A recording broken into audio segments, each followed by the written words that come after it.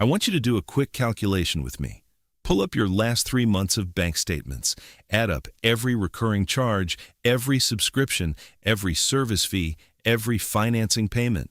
Don't guess. Actually add them up. For most Americans doing this exercise right now, the number lands somewhere between $400 and $900 per month. And that number almost certainly didn't exist 5 years ago. Not because you added 12 new things to your life, but because the things you already had quietly changed their pricing structure, added layers of fees, bundled in services you didn't ask for, and started charging you for access to features that used to come standard. Prices didn't just rise in 2026, the value equation flipped. And it flipped in ways that are almost impossible to see unless you look at the math underneath the surface. This video is about 12 specific categories where that math has quietly turned against you. Not 12 things to feel guilty about. 12 places where the structure of what you're buying has fundamentally changed, where the deal you thought you were getting no longer exists, and where the average American is losing between $3,000 and $8,000 per year without realizing it. My name is Marcus, and I've spent years analyzing the hidden mechanics of everyday spending. The gap between what things appear to cost and what they actually cost once you factor in financing, compounding fees, and the psychological traps built into modern pricing. If you're someone who earns a solid income but still feels like money disappears faster than it should, make sure to subscribe to the channel and hit that like button if this information helps. Let me start with something that the financial industry understands but has zero incentive to explain. The concept of value isn't just about price. It's about what you receive relative to what you pay over time, including all the attached costs that don't appear on the original price tag. For decades, most product categories followed a stable enough formula that people could make reasonable decisions. A car cost what it cost. A gym membership cost what it cost. A cable bill was a cable bill. That formula broke down around 2021 and has accelerated dramatically through 2026. The combination of inflation, corporate fee experimentation, and the normalization of subscription culture has produced a pricing environment that systematically extracts more from consumers while delivering equivalent or less value. The result is a kind of invisible drain. Individually, every charge seems justifiable. Together, they represent a structural tax on not paying close attention. Here are the 12 categories where that tax is heaviest. Number 1. New car financing. The sticker price is no longer the story. In 2026, the average new car transaction price sits around $48,000. That number alone is striking, but the real number, the one that determines how much the car actually costs, is the financing structure behind it. The average new car loan in 2026 carries an interest rate between 7.5 and 9.8%, depending on credit score and lender. At 8.5% on a $48,000 vehicle over 72 months, you pay approximately $22,000 in interest. You pay for the car, and then you pay almost half its value again just to borrow the money to buy it. Here's what most people don't realize. Dealer financing has become one of the highest margin revenue streams in the automotive industry. The markup on financing, called the dealer reserve, can add anywhere from 1 to 3 percentage points above what the lender actually charges. The dealership earns a kickback on that spread. Banks understand this perfectly but have zero incentive to explain it. Neither does the dealership. The alternative math is significant. Someone who buys a reliable 3-year-old used car for $22,000, finances it at a credit union for 5.5% over 48 months, pays approximately $2,500 in interest. The total cost is $24,500 versus $69,000 for the new car with financing over 72 months. The difference is $44,500. Applied to an index fund at 8% annual growth over those 6 years, that gap becomes approximately $70,000 in lost wealth-building capacity. The car didn't just cost more. It cost you the compounding potential of what you didn't invest instead. Number 2, streaming subscription bundles. In 2019, a Netflix subscription cost $8.99 per month. In 2026, that same baseline service costs $15.99, with the ad-free tier climbing to $22.99. But that's only the beginning of the math problem. The average American household in 2026 subscribes to 4.2 streaming services simultaneously: Netflix, Hulu, Disney+, Apple TV+, Peacock, Amazon Prime, which has bundled streaming into a shipping service so the cost feels invisible. The monthly total for this stack typically lands between $75 and $110. That's $900 to $1,300 per year on streaming alone, not counting internet service. In 2020, cable television was widely declared dead because it cost $80 to $100 per month. Consumers switched to streaming to escape that price. They have now rebuilt cable television's cost structure through individual subscriptions, while also retaining internet bills that have climbed to an average of $82 per month in 2026. The escape route became the destination. Read that again, because the implications are significant. Americans abandoned cable to save money. They now spend more on the fragmented replacement than they spent on the original problem. The mechanism here is what behavioral economists call subscription inertia. Individual charges that feel small, $7.99, $13.99, $8.99, never trigger the mental alarm that a single large bill would. They accumulate invisibly. Companies have engineered this deliberately. The friction to cancel is higher than the friction to keep paying. Annual billing options that people forget about. Password sharing crackdowns that force additional subscriptions for households that shared one account. The honest calculation for most households: consolidate to 2 streaming services maximum, rotate quarterly based on what's available, save between $400 and $600 annually. Number 3, extended warranties on electronics. Best Buy's Geek Squad protection. Apple Care. Samsung Care Plus. The extended warranty category has quietly become one of the highest margin products in consumer electronics retail. Retailers earn between 50 and 60% gross margin on extended warranties, compared to 6 to 8% on the devices themselves. The math from an actuarial perspective is straightforward. If extended warranties were good financial products for consumers, they would not exist as products. Insurance companies price products to be profitable. When a retailer or manufacturer sells you an extended warranty, they are confident the probability of a claim is lower than the premium you're paying. That is the definition of a bad deal for the buyer. A $200 extended warranty plan on a phone that statistically has a 12% chance of a significant hardware failure in year 2 represents a product priced against you. The expected value calculation: 12% of $200 equals $24 of statistical protection per year.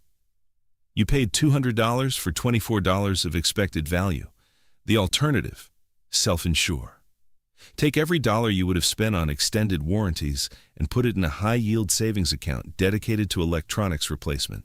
After 2 years of not buying warranties on devices, phones, laptops, televisions, and appliances, the average American has accumulated $400 to $600.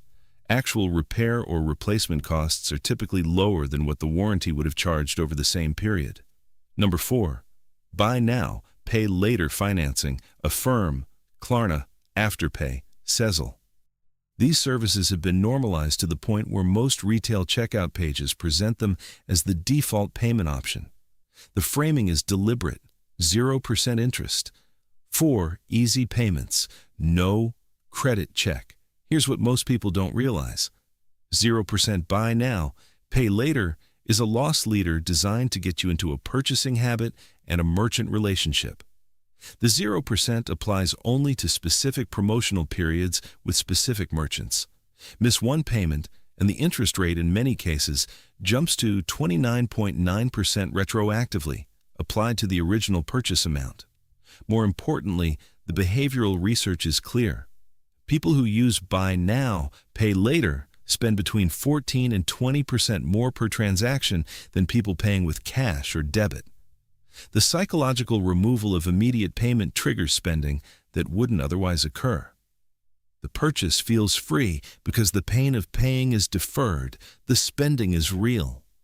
The Federal Reserve's consumer credit data shows that average household non-mortgage debt reached $46,000 in 2026, up from $38,000 in 2022. Buy now, pay later is one of the largest contributing factors to that increase. The individual transactions look small. The accumulated balance does not. Number 5. Gym memberships with low utilization. The fitness industry's pricing model has undergone a structural transformation in the past 4 years. The traditional gym membership, $20 to $40 per month for unlimited access to equipment, has been repositioned as the budget option.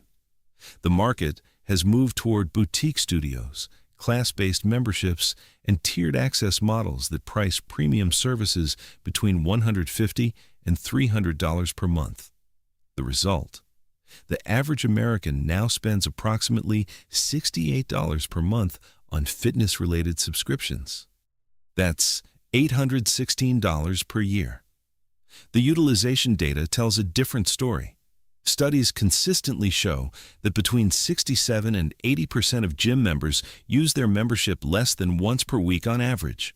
40% use it less than once per month.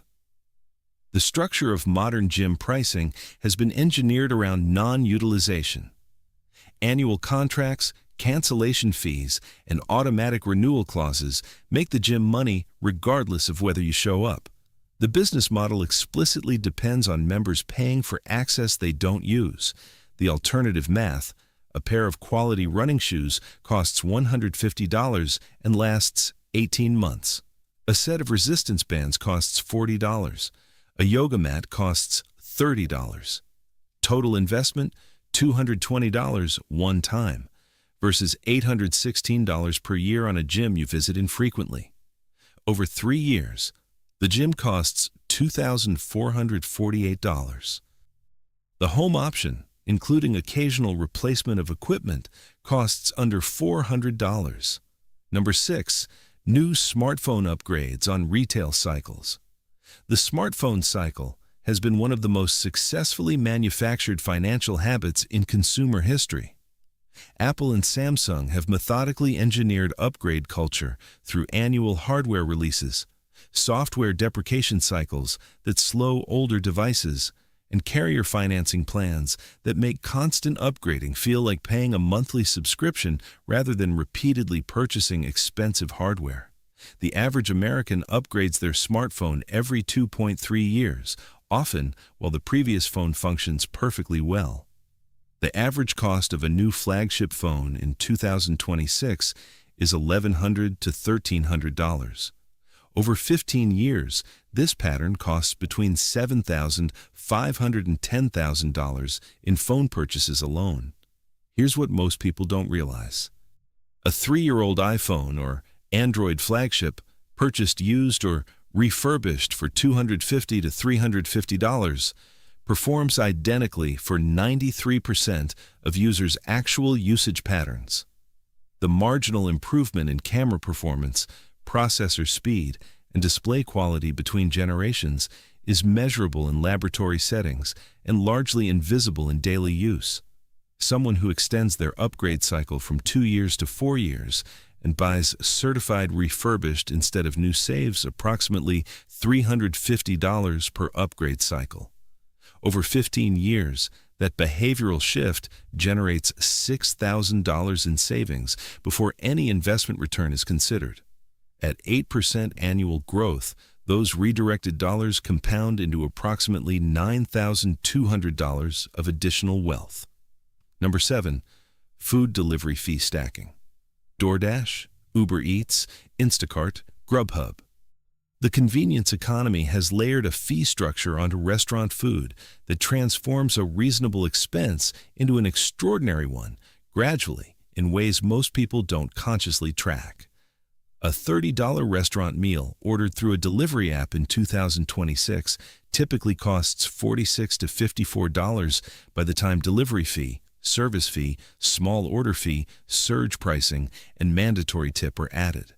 That's a 53 to 80% markup on the base price. The food costs the same. The access fee has been stacked on top. Americans spend an average of $328 per month on food delivery in 2026, according to Bureau of Labor Statistics consumer expenditure data. That's $3,936 per year.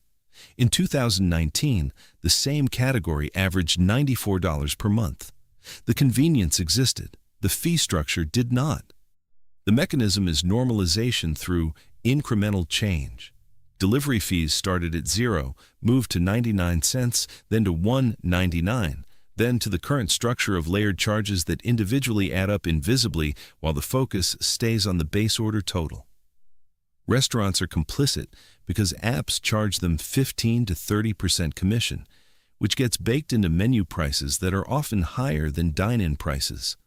The honest math: cooking 4 meals at home per week versus ordering delivery on those same 4 occasions saves the average household approximately $240 per month, or $2,880 per year. Number 8. Premium rewards credit cards with high annual fees. Premium travel rewards credit cards have undergone a significant repricing in the past 3 years. The Chase Sapphire Reserve's annual fee has climbed to $550. The American Express Platinum now charges $695. Competing ultra-premium cards have followed, with fees ranging from $400 to over $1,000 annually. The marketing argument for these cards is the benefits package: travel credits, lounge access, hotel status, streaming credits, dining credits. The actual mathematics of those credits reveal something different. Most cardholders redeem between 30 and 50% of the stated benefits, according to J.D. Power's 2025 credit card satisfaction study. The benefits that sound like credits, a $200 travel credit, a $100 hotel credit, often apply only to specific booking channels, specific categories, or require spending thresholds that don't reflect normal behavior. Someone who carries a $600 annual fee card and redeems 60% of stated benefits receives $360 in value against $600 in cost. The card costs them $240 net per year, in addition to any interest charges if a balance is carried. Carrying a balance on a premium rewards card, which 38% of premium cardholders do, eliminates rewards value entirely. Credit card interest at 24 to 28% consumes any rewards benefit within the first month of carrying a balance.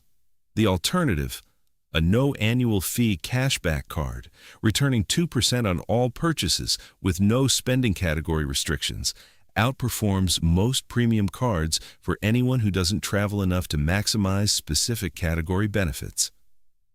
Number 9. Fast fashion volume purchases. The fast fashion pricing paradox operates in reverse of what it appears. The items feel inexpensive. The cumulative behavior is expensive. And the structural change in 2026 is that fast fashion items are now priced at approximately the same level as they were in 2022, despite significant quality degradation. You're paying the same price for a meaningfully worse product. Simultaneously, ultra-fast fashion platforms have restructured the buying cycle.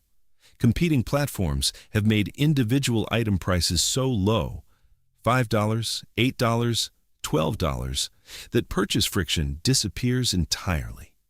The annual spend from someone making 12 purchases per month at an average of $9 each is $1,296 on items that are frequently worn fewer than 3 times before being discarded.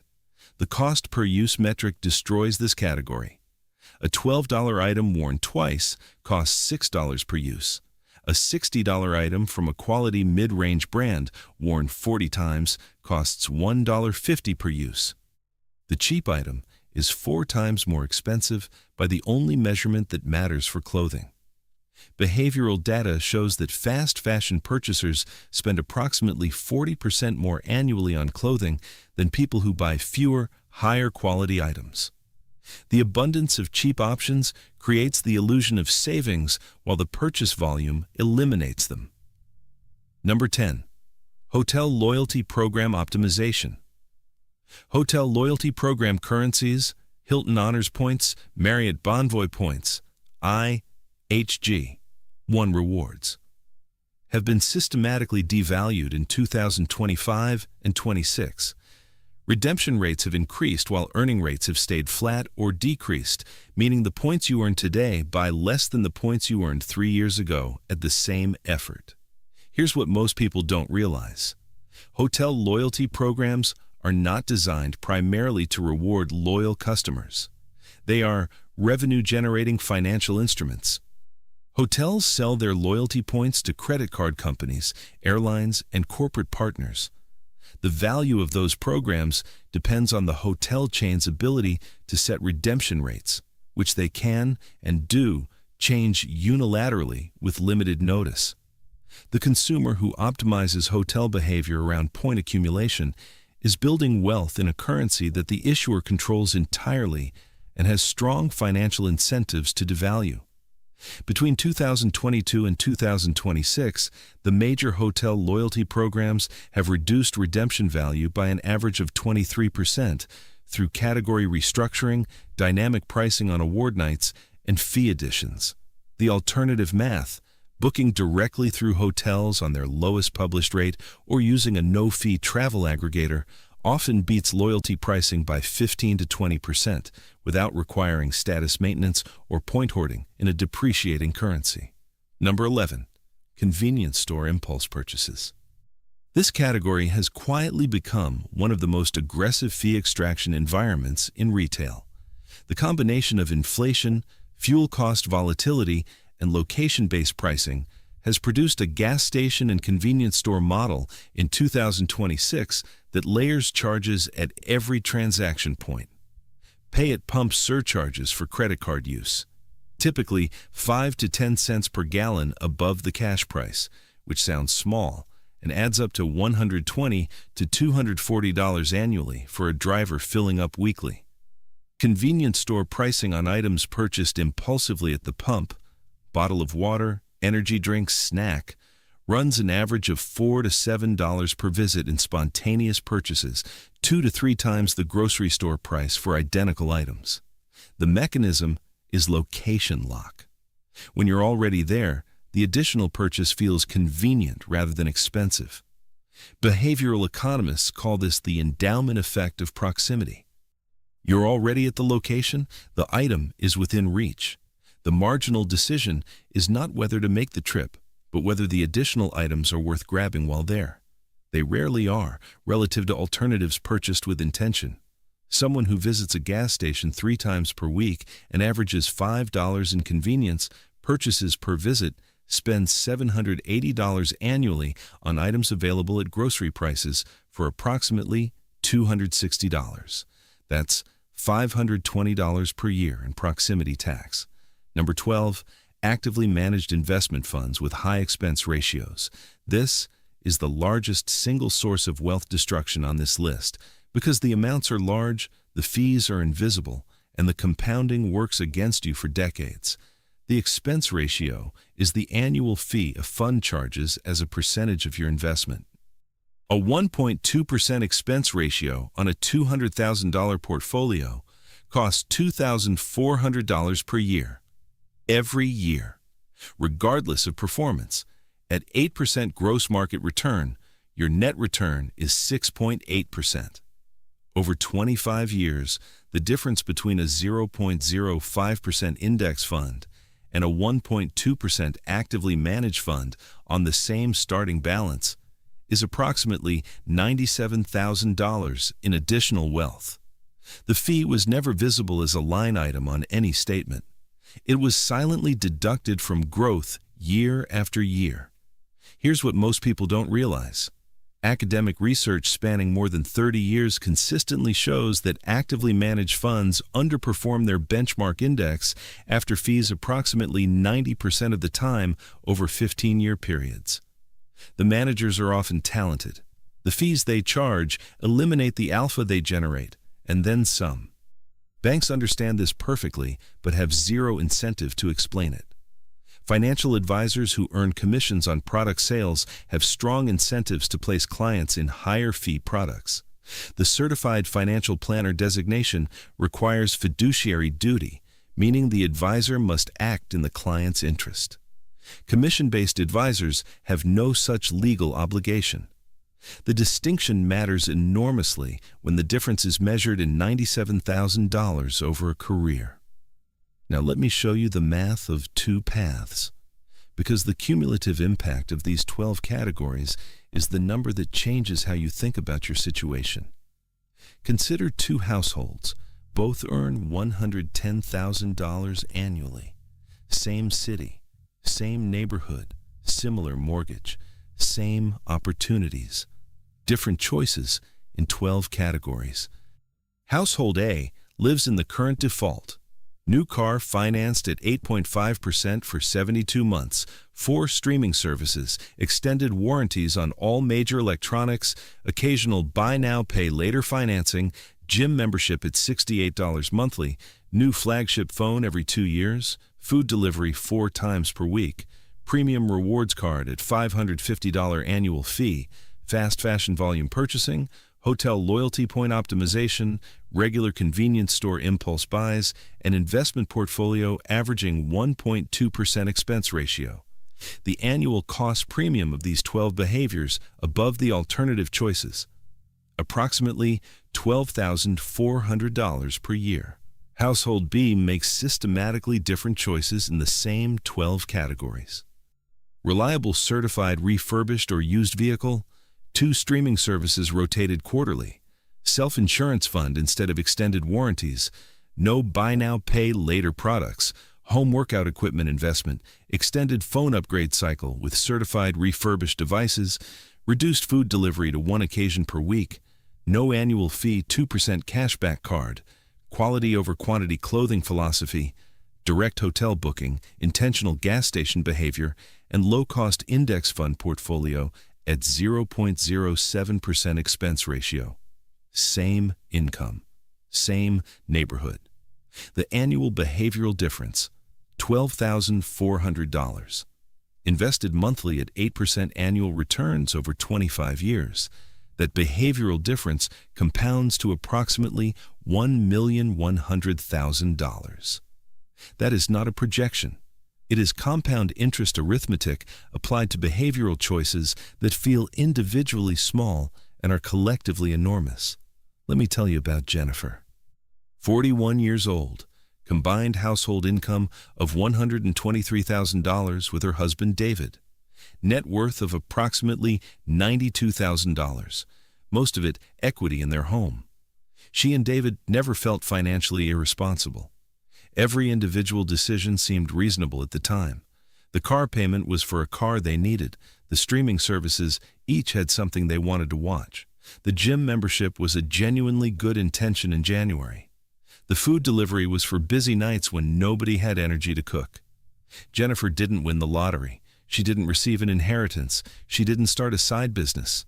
She simply sat down one evening and ran the actual numbers. The first phase was the audit. She spent 3 weeks tracking every recurring charge on their joint accounts. The monthly total shocked her. $783 in charges she and David had never consciously decided to maintain simultaneously. They had unconsciously assembled a lifestyle infrastructure that cost that amount, regardless of whether they were actively using any individual piece of it. The second phase was the restructuring, not deprivation. Restructuring. They canceled 2 of their 4 streaming services and rotated in new ones quarterly. They replaced gym memberships with $380 of quality home equipment. They committed to cooking at home on weeknights and ordering delivery only on Friday evenings. They refinanced their remaining car loan at a credit union at a rate 2.3 percentage points lower than their dealership financing. They transferred their investment accounts from a commission-based advisor's actively managed funds into a 3-fund index portfolio with expense ratios averaging 0.08%. The third phase was the redirect. The $460 per month they freed up went directly into their brokerage account, automatically, transferred the morning of the first of each month before either of them saw it. 18 months later, their net worth had climbed from $92,000 to $137,000. Not because their income changed, not because they sacrificed anything they genuinely valued, because they stopped paying a tax on inattention that they hadn't known they were paying. Here's how to apply this based on where you are right now. If you're in your 30s, time is your most powerful asset, and the single most important action this week is a full subscription and recurring charge audit. Open your bank account and credit card statements. Flag every charge that recurs monthly or annually. Calculate the annual total. Then, ask the specific question about each one. Would I actively sign up for this today if I were starting from zero? Not would I miss it. Not, is it technically worth something? Would I specifically choose to add this today?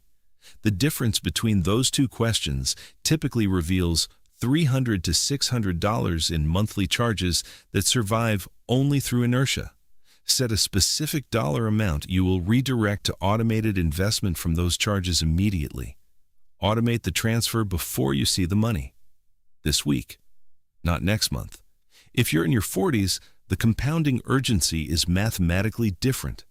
A dollar redirected from fees to investment growth this decade has approximately 20 to 25 years to compound. A dollar redirected at 50 has approximately 15. The difference in outcome is not linear. It's exponential. The action with the highest return this week: open your investment account statements and identify the expense ratio on every fund you hold. Any fund with an expense ratio above 0.2% is worth evaluating for replacement with a comparable low-cost index fund.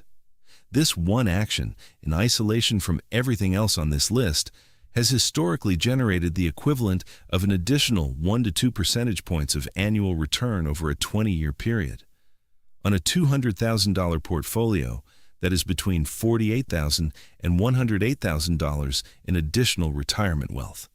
If you're in your 50s, the two highest leverage areas are investment fee elimination and high-interest debt removal. These two categories return more per dollar of attention than anything else at this stage. Calculate the actual dollar amount your expense ratios cost you annually, not the percentage figure. The real dollar amount on your real balance. Then, evaluate every active debt balance by interest rate. Any balance above 8% is costing you more in guaranteed negative return than almost any investment can generate in expected positive return. The math for sequencing: eliminate high-interest debt first, redirect those payments to maximum retirement contributions, evaluate expense ratios last, in that order. Here's something most people watching this will never pause to consider. The 12 categories on this list didn't randomly happen to cost more simultaneously. The fee extraction model accelerated when corporations collectively discovered that consumers have a cognitive threshold. Individual charges below approximately $25 per month rarely trigger the mental effort required to cancel, switch, or audit. The system was redesigned around that threshold deliberately and systematically. By keeping individual charges small, distributing them across multiple accounts and billing cycles, and normalizing subscription culture as the default mode of commerce, corporations built a persistent revenue stream that operates largely below the level of conscious financial attention. You might be thinking, I know about most of these. And that's exactly why the system works as well as it does. Knowing about a fee and doing the math on its actual long-term cost are categorically different activities. The knowledge is widespread. The calculation is rare. The action is rarer still. The companies offering these products are not acting against you specifically. They are optimizing for their financial outcomes with extraordinary precision. The question is whether you are optimizing for yours with equal intentionality. Most people are not because they're careless or financially uninformed, but because the architecture of modern spending is engineered to extract money from inattention. The difference between household A and household B in the scenario above is not intelligence. It is not income. It is not opportunity. It is one habit, periodic intentional audit of recurring costs, followed by systematic redirection of recovered dollars toward compound growth.